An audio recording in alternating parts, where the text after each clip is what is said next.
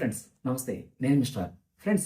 మనందరికీ తెలిసిందే, మన టాలీవుడ్ ఇండస్ట్రీలో పర్సంటేజ్ సిస్టమ్ మీద ఒక చిన్న వివాదం నడుస్తుంది.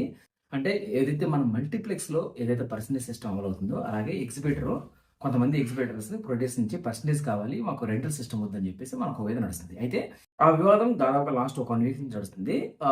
దానికి సంబంధించి మన ఆంధ్రప్రదేశ్ ఎవరైతే సీనియర్ మినిస్టర్ ఎవరైతున్నారో ఆయన కూడా కామెంట్ చేశాడు. ఇది వేరమల్ ఏదైతే మన పవన్ కళ్యాణ్ సినిమా ఏదో రిలీజ్ అవుతుందో, ఆ రిలీజ్ అవుతున్న సందర్భంలో నేను పెట్టారు. కొంతమంది కావాలని కుట్రలు చేస్తున్నారంటూ ఒక కామెంట్ చేశారు. దాని తర్వాత దీని మీద కొంత పొలిటికల్ చర్చ అయితే నడుస్తుంది. అయితే ఇలాంటి సందర్భంలో మన ఆంధ్రప్రదేశ్ డిప్యూటీ సీఎం ఎవరైతే ఉన్నారో పవన్ కళ్యాణ్ కామెంట్స్ పాస్ చేశాడు. ఈ కామెంట్స్ ఇప్పుడు పెద్ద చర్చ నడుస్తుంది. అదేంటంటే, జగన్మోహన్ రెడ్డి సీఎంగా ఉన్నప్పుడు సినిమా ఇండస్ట్రీకి సంబంధించిన కొంతమంది వ్యక్తులు జగన్మోహన్ రెడ్డి కలిశారు. సినిమాకి సంబంధించి, తెలుగు సినిమా ఇండస్ట్రీకి సంబంధించి కొన్ని విషయాలు డిస్కస్ చేయడానికి జగన్మోహన్ రెడ్డి కలిశారు. అప్పుడు పవన్ కళ్యాణ్ కొన్ని వ్యాఖ్యలు చేశారు. ఆ వ్యాఖ్యలు ఏంటంటే, సినిమా పెద్దలు జగన్మోహన్ రెడ్డి ఎందుకు కలవాలి, ఎందుకు మాట్లాడాలి, ఎందుకు జగన్ ముందు నిలబడి సినిమా హీరోలు అడుక్కుంటున్నారు, అసలు జగన్మోహన్ రెడ్డి కలవడానికి అవసరం ఏంటి, ఎందుకు సినిమా థియేటర్ల నిర్వహణలో, అలాగే ఏదైతే వాళ్ళ సినిమా థియేటర్ మెయింటెనెన్స్ విషయంలో ప్రభుత్వం జోక్యం ఎందుకు, అసలు గవర్నమెంట్కి ఈ సినిమా వాళ్ళతో సంబంధం ఏంటి, సినిమా వాళ్ళు ఖర్చు పెట్టి వాళ్ళ సినిమాని ప్రొడ్యూస్ చేసుకొని సినిమా రిలీజ్ చేస్తుంటే ఈ మధ్యలో ప్రభుత్వం పెత్తనం ఏంటి, అసలు సినిమా వాళ్ళ విషయాల్లో గవర్నమెంట్ ఎందుకు తలదూస్తుంది, లేదంటే ఎందుకు వాళ్ళు ఇన్వాల్వ్ అవుతున్నారు, అసలు వాళ్ళ ఇన్వాల్వ్మెంట్ ఎందుకు సహించాలని చెప్పేసి విపరీతమైన కామెంట్స్ ఆయన ప్రతిపక్షంలో ఉన్నప్పుడు, జగన్మోహన్ రెడ్డి సీఎంగా ఉన్నప్పుడు 2019 నుంచి 2024 మధ్యలో పెద్ద స్థాయి నడిచింది. ఆ తర్వాత దాని మీద పెద్ద వివాదం నడిచింది.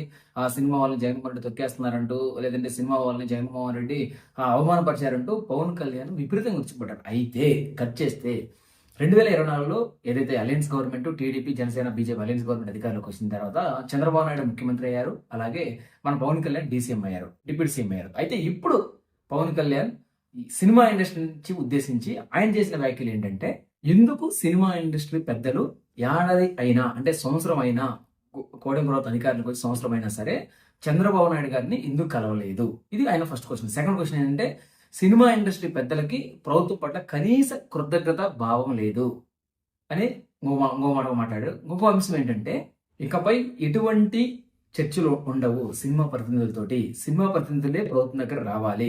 అలాగే 4వ అంశం ఏంటంటే, ఇకపై థియేటర్ల నిర్వహణ సంబంధించి, అంటే థియేటర్కి సంబంధించిన ఏవైతే ఆస్పెక్ట్స్ ఉన్నాయో ఆ ఆస్పెక్ట్స్ అన్ని కూడా ప్రభుత్వం అన్ని థియేటర్లని తనిఖీ చేస్తుంది.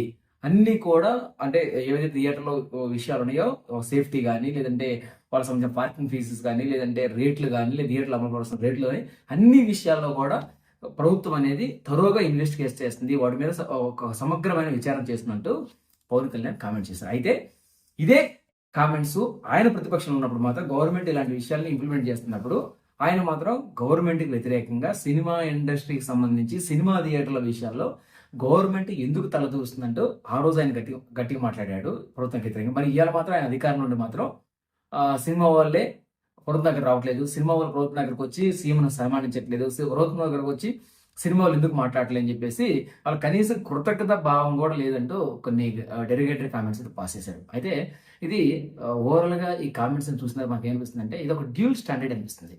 అంటే జగన్మోహన్ రెడ్డి అధికారంలో ఉన్నప్పుడు మాత్రం సినిమా వాళ్ళు ఎవరు కూడా జగన్మోహన్ రెడ్డి కలవడానికి అవసరం లేదు, ఎందుకు సినిమా వాళ్ళు జగన్మోహన్ రెడ్డి కలవాలని చెప్తున్నాడు. ఇవాళ ఆయన అధికారంలో మాత్రం ఎందుకు సినిమా వాళ్ళు వచ్చి మమ్మల్ని కలవట్లేదు, మమ్మల్ని సత్కరించట్లేదు, మమ్మల్ని కలిసి కనీసం కృతజ్ఞత భావం కూడా చూపించట్లేదు అని చెప్పేసి ఇవాళ ఆయన మాట్లాడుతున్నారు. మరి ఆ రోజు ఉన్న గవర్నమెంట్ కూడా సేమ్ ఇదే ఎక్స్పెక్ట్ చేసింది.